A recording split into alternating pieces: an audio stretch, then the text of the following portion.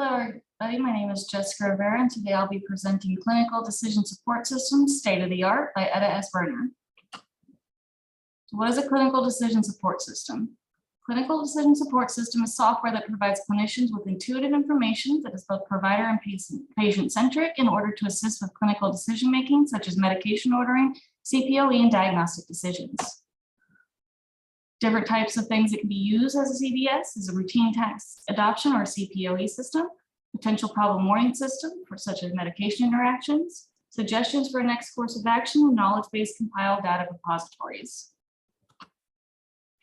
Specific target areas of care that were addressed in this article are preventative care, diagnoses, planning or implementing treatment, follow-up management, hospital provider efficiency, and cost reductions and improved patient convenience.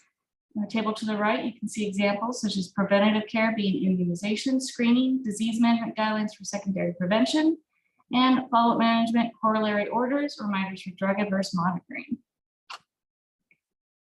So delivery recommendations for CDS is based on a who, what, when, and how system. So the questions are whose decisions are being supported, what information is being presented, when is the information presented, and how is the information presented to the user.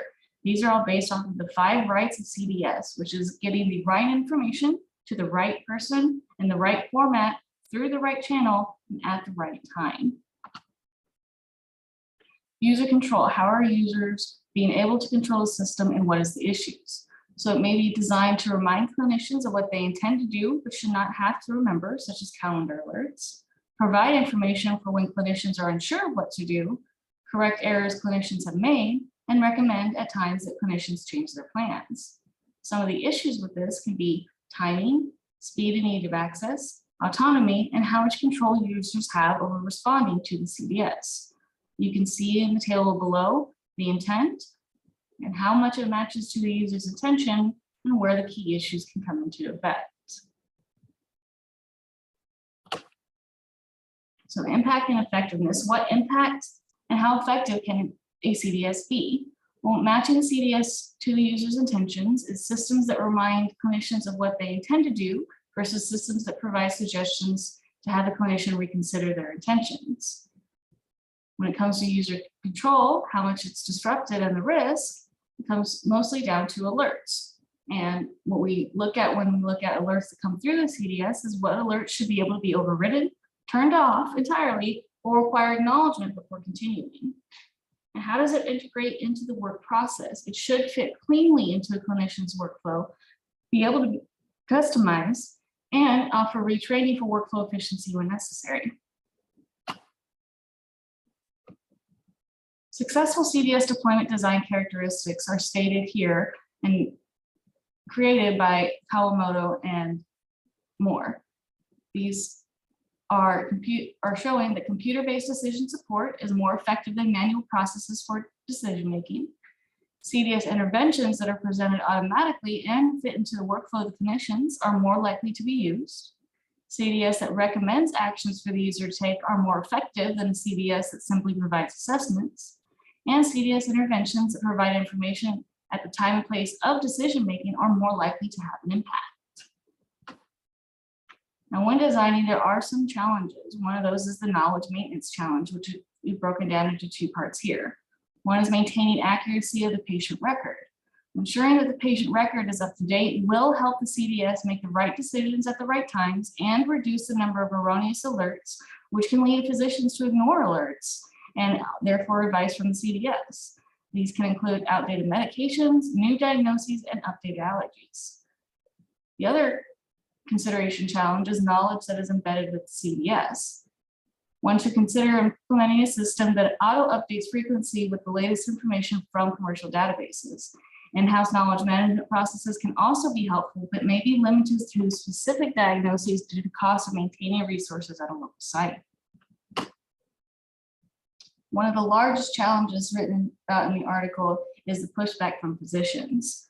And some of the concerns that physicians have is the CDS interrupting workflow, a loss of decision-making autonomy, increased time spent in workflow, such as completion of patient charts and orders, the legal and ethical concerns of relying on the CDSs for decisions or ignoring them, and where the CDS is following the current standard of care or not. Is it up to date? Is it proper?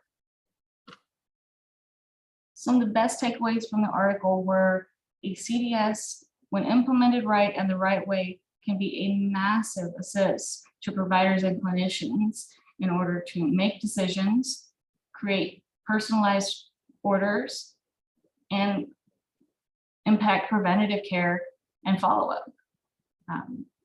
It is one of the key reasons why CDS has been implemented, is to ease that burden on physicians and to create a better quality of patient care.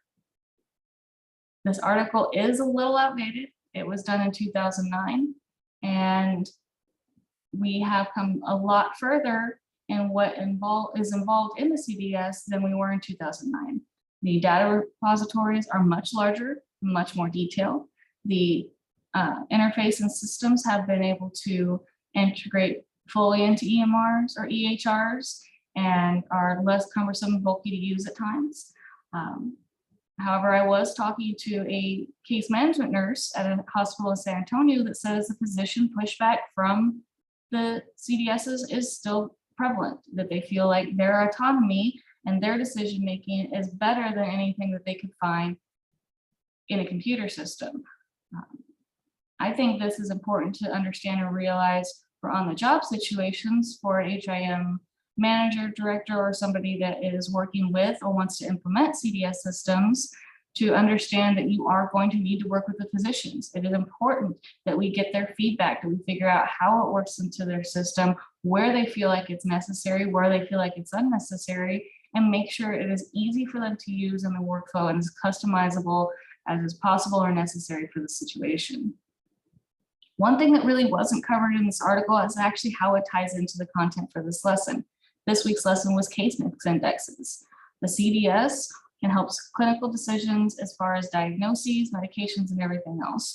When it comes to especially inpatient hospital, this can help make sure that you're making the right diagnoses, which is going to fit into the case mix index MSDRGs, as well as making sure the coding is correct, as the clinical decision support systems can also ensure a better and clearer record and easier therefore to code, and we'll make sure that the reimbursement therefore on the end is not running into those errors when it comes to, are we in the right MSDRG group? Are we making sure that we're making the right codes to CDSs and ensure that information is in the patient record and therefore easier on the revenue side?